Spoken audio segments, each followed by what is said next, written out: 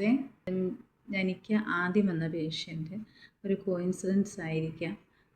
ആദ്യം വന്ന പേഷ്യൻ്റ് തന്നെ കല്യാണം കഴിഞ്ഞിട്ട് 3 കൊല്ലമായിട്ട് കുഞ്ഞുങ്ങളില്ലാതെ പല ഹോർമോൺ ടെസ്റ്റുകളും നടത്തിക്കൊണ്ടിരിക്കുന്ന ഒരു സ്ത്രീയാണ് കേട്ടോ. ഇപ്പോൾ അവർക്ക് 34 വയസ്സായി. ഇപ്പോൾ ഈ പുള്ളിക്കാരി വന്നിട്ട് ഭയങ്കരമായിട്ട് കരഞ്ഞുകൊണ്ടാ കാര്യം പറയുന്നത്. അപ്പം നമ്മളത് ഇങ്ങാകത്തുള്ളൂ, അങ്ങനെ അറബി ഫുള്ളായിട്ടൊന്നും മനസ്സിലാവത്തില്ലല്ലോ. എന്നാലും നമുക്ക് അവരുടെ കരച്ചിലിനും സങ്കടത്തിനും നമുക്ക് ഭാഷയുടെ ആവശ്യമില്ലല്ലോ. അപ്പം ഞാനതിങ്ങനെ കേൾക്കും, നമുക്ക് മനസ്സിലാകും ഇതാന്ന്. അതായത് ആ പുള്ളിക്കാരിക്ക് ആ വീട്ടിലുള്ള അവഗണനയും, ഇപ്പോൾ ഒരാൾക്ക് തന്നെ 2-3 ഭാര്യമാരൊക്കെ ഉണ്ട് ഇവിടെ. അപ്പോൾ പുള്ളിക്കാരി ഇങ്ങനെ പറയുവാണ്, എനിക്കും ഒരു കുഞ്ഞിനെ വേണം, ഞാൻ എന്തും വേണ്ടും ടെസ്റ്റുകൾ ചെയ്തു, എനിക്കെന്താ കുഞ്ഞുങ്ങളാവാത്ത എന്നെല്ലാം ഇതിങ്ങനെ പറയുന്ന കൂടെ കരയുവാണ്. ഇങ്ങനെ ഈ AMH FSH ഇങ്ങനെയുള്ള ഹോർമോൺ ടെസ്റ്റുകൾക്കൊക്കെ ഭയങ്കര വിലയാണ്. അപ്പോൾ നമ്മൾ അമ്മമാരായതിൻ്റെ ഒരു സന്തോഷം അല്ലേ.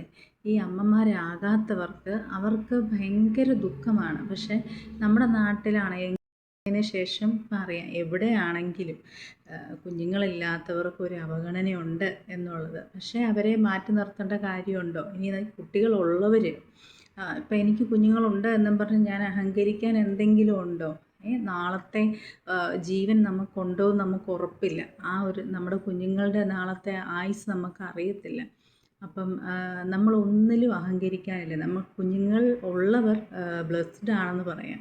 ദൈവം നമ്മളെ അനുഗ്രഹിച്ചു, അത്ര മാത്രമേ ഉള്ളൂ. കുഞ്ഞുങ്ങളില്ലാത്തവർ ഒരിക്കലും അവരെ തഴയാനോ അവരെ മറ്റുള്ള പേരുകൾ വിളിക്കാനോ അതൊക്കെ നമ്മുടെ അജ്ഞത കൊണ്ടാണെന്നേ ഞാൻ പറയത്തുള്ളൂ. ഈ IVF ട്രീറ്റ്മെൻറ്റ് എടുത്തുകൊണ്ടിരുന്ന ഹോസ്പിറ്റലിൽ തന്നെ ഞാൻ വർക്ക് ചെയ്തിട്ടുണ്ട്. അതുകൊണ്ട് എനിക്കറിയാം അവരനുഭവിക്കുന്ന ആ വേദന എത്രത്തോളം ഉണ്ടെന്നുള്ളത്. അവർ ആഴ്ചയിൽ ഓരോ ഇഞ്ചക്ഷൻ വെച്ചിട്ടെടുക്കും. ആ ഇഞ്ചക്ഷൻ എന്ന് പറഞ്ഞാൽ ഒരു എണ്ണമയം പോലെയുള്ള ഒരു ഇഞ്ചക്ഷൻ. അപ്പം അത് സാധാരണ ചെറിയ നീഡിൽ വരി കൊടുത്താൽ പറ്റത്തില്ല. അപ്പം നമ്മൾ വലിയ നീഡിൽ സൈസിൽ വലിയ നീഡിൽ വെച്ചിട്ടാണ് അവർക്ക് കൊടുക്കുന്നത്. എത്രത്തോളം വേദന സഹിച്ച്, അതേപോലെ നമ്മളെപ്പോലെ സാധാരണ ഫുഡൊന്നും അവർക്ക് കഴിക്കാൻ പറ്റത്തില്ല.